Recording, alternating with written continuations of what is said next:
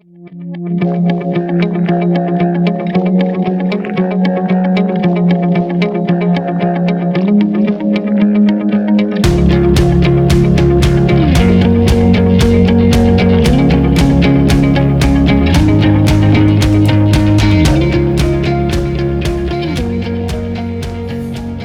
this is a bit different in many ways. So Paul couldn't come this week, so Shane and I had planned a bit of a different camp. We're trying to explore some different areas, so I said let's do some Pennines.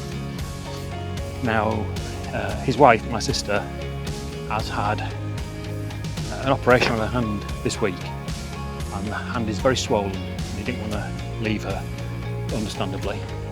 So instead of that, he said I can't come this week, bro. So that's absolutely fine. I've got a plan B. And this is my plan B. You won't recognise any of this. This is new for me, completely new. I have been to this town before, but I haven't really, definitely not done any camping or anything like that. We are, of course, at Todmorden. Now, good job really, because if I'd have gone to the peaks, which is my normal destination, there's a massive part of the M1 closed due to an accident, and got off the train here. I rushed like mad to get to the station, but I missed the direct connection, so I said, oh well, I'll get the next train. So I've been into Manchester and then back to Todmorden. And as I got off at Todmorden, the guard said to me, well, I'm not even sure we'll get to Leeds because one of the motors, one of the engines is not working and the other one's having some problems, maybe due to the heat. So anyway, I'm here. All I've got to do is get my carcass up this quite a challenging, for me, challenging walk. But I'll fill you in more when we get a bit higher on it. Just in Todmorden itself, walking through, you know, an absolutely beautiful footpaths, etc. But there's forks off all over the place, and I just missed a connection there. Just looking at this one. Doesn't look it, of course, but that's pretty steep going up there, and that pass level. So I better get my map out and have a look.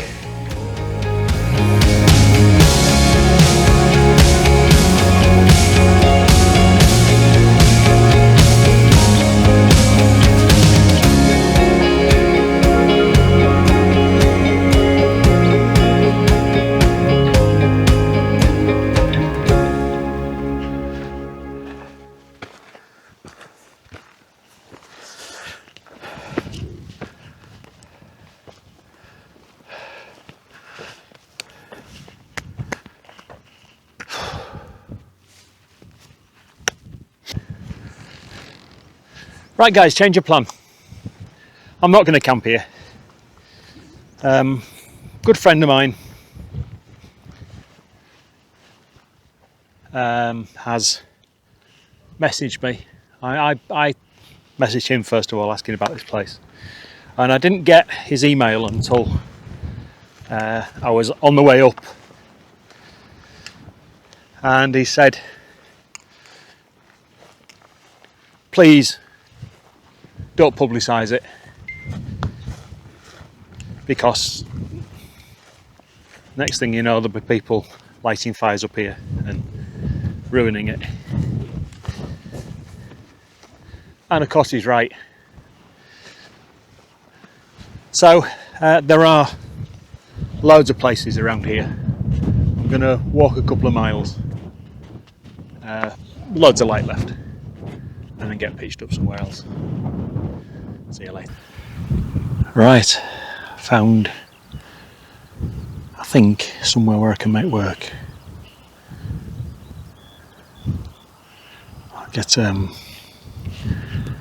I'm just waiting for it to quieten down a bit.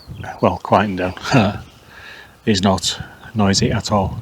I'm just waiting for it to be a bit later and I shall get set up. Okay, there is the salamander. Got one guy lying down this end, which I keep being told that this is not a good idea. So I shall see what I'll do about that. So I've got everything taken out of my bag. Right then, here we go. What we've got in here. As a future goal, I'm going to try and put all my food in this container. We shall see. Got my porridge for the morning. Got some pepperami. Got some saurine. Got a pasta sauce and some dried pasta. So all I'm going to do is first of all make a cup of tea, of course.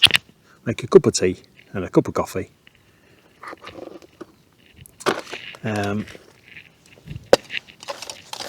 Then boil some water, pasta in it, boil in the bag pasta sauce. I've reduced the cook set size to try to get down the weight down, which I have done very successfully.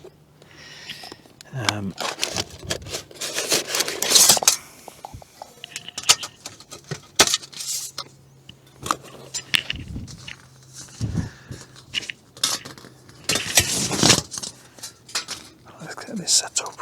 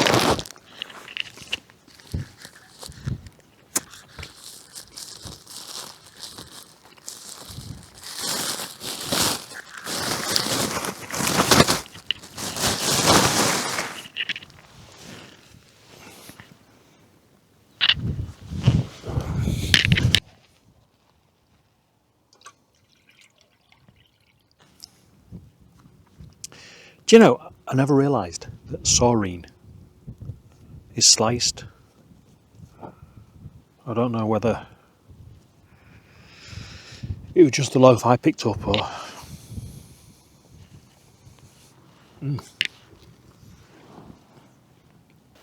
It's quite chilly that the out the sun. I put a couple of layers on. Had my drink, my cup of tea, coffee and soup.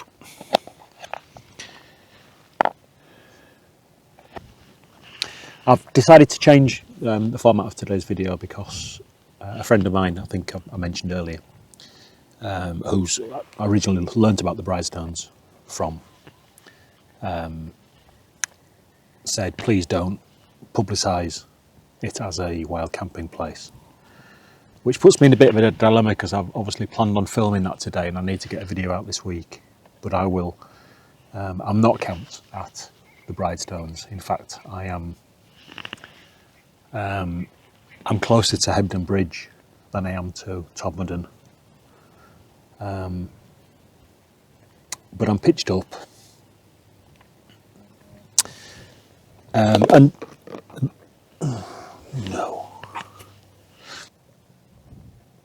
yeah. I mean, you'll have seen on the video. I mean, Bridestones is a beautiful place. I saw 2 pieces of litter, no fire marks.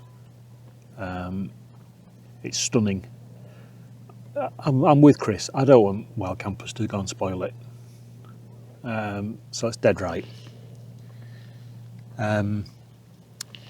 Amazingly, while I'm sat here getting my food sorted,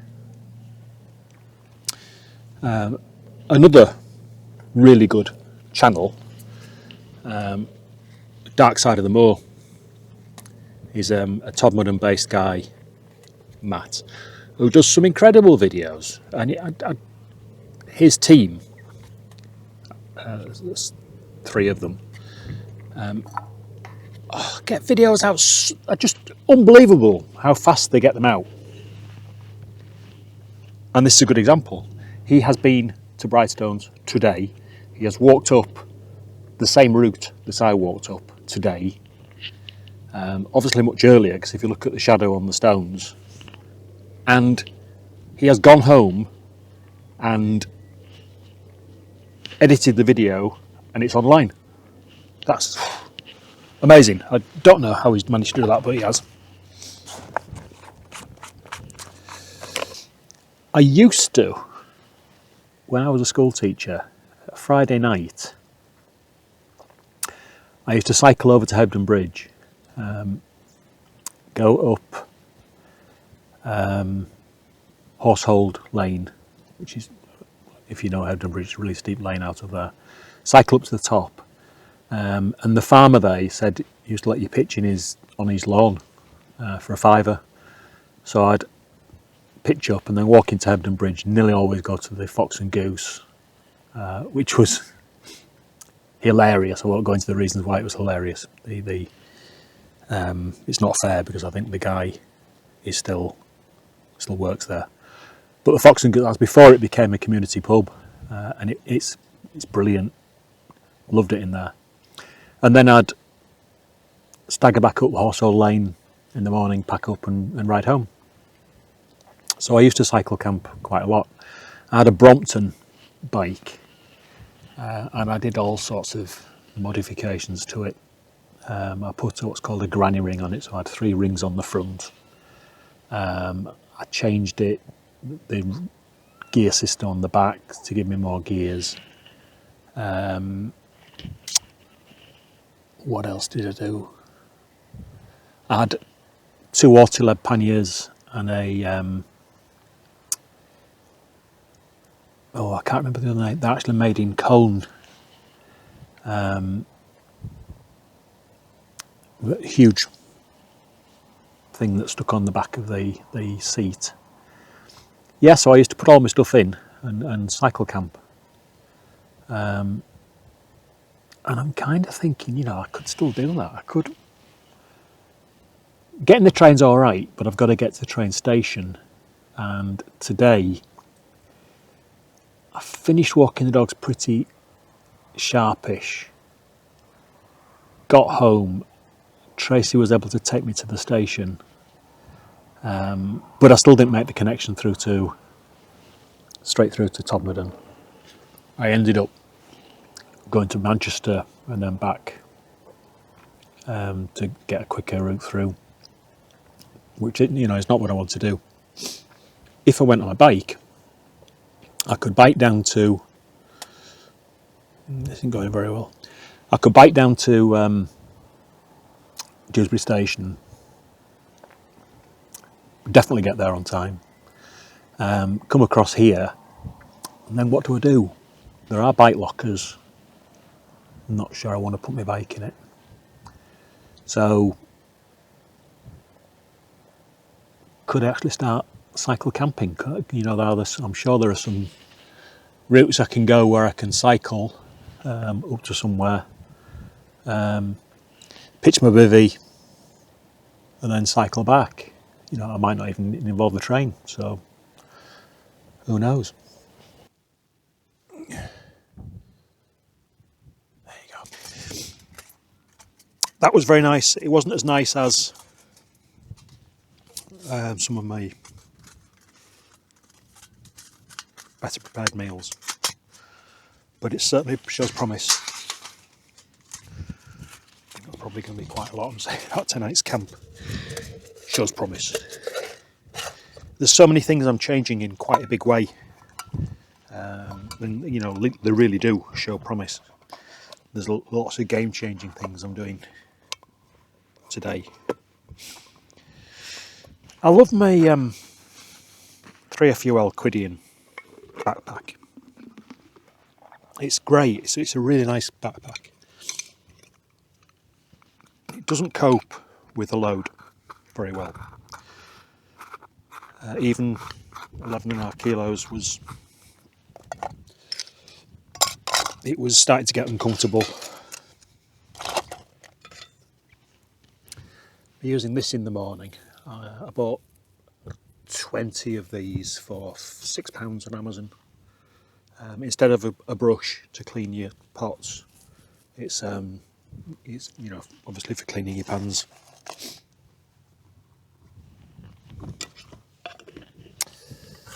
So that's got my backpack in there. Sorry, not my backpack, my stove kit in there. That goes into my first aid maintenance kit. Bought midge net today. I haven't used it, but there were green flies today, not midges, but yeah.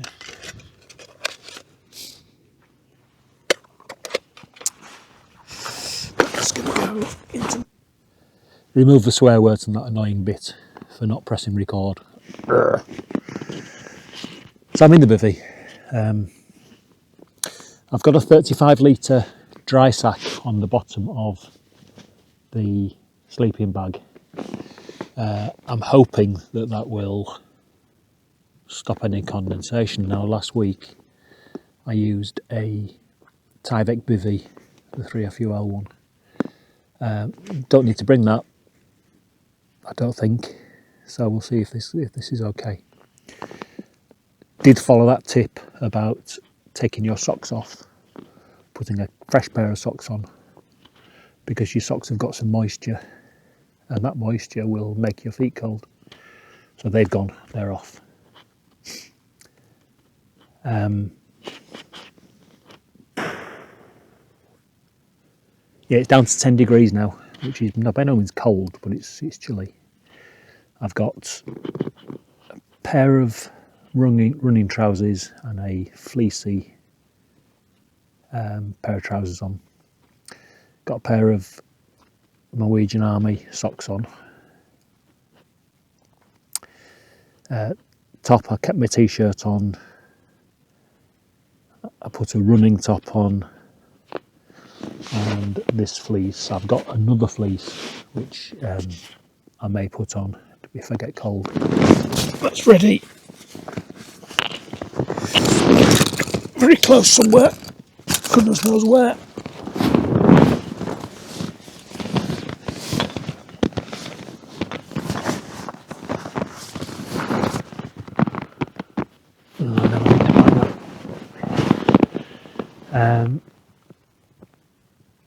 All of these things in front of me are just, they don't need to be inside. But there you go.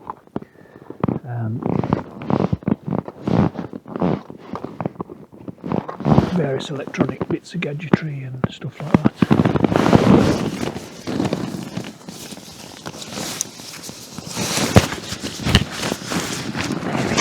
So in there, this compression sack, I've got my other top if I need it.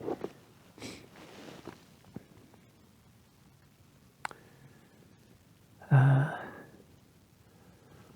think that's it really. I'll put my boots in.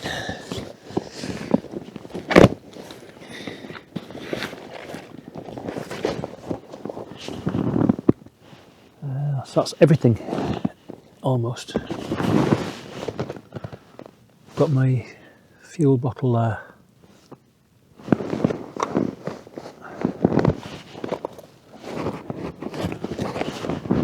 Yeah, that's it.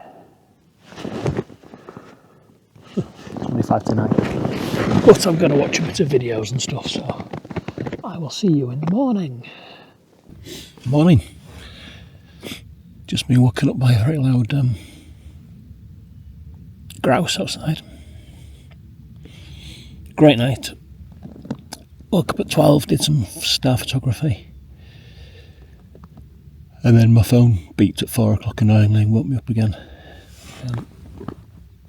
I'm just going to open up. Got a lot of condensation, so I'm going to try to avoid touching anything. I'm going to put the camera away.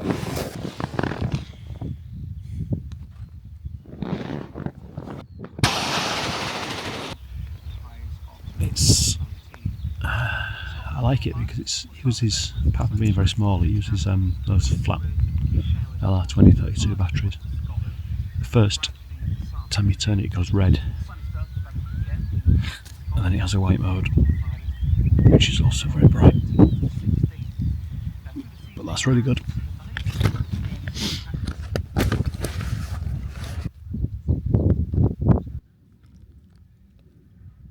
And then around this side, I've had my breakfast. The porridge was okay.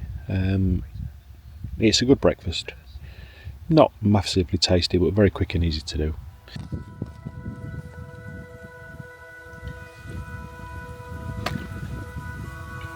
And that's me away. Bits of flat grass.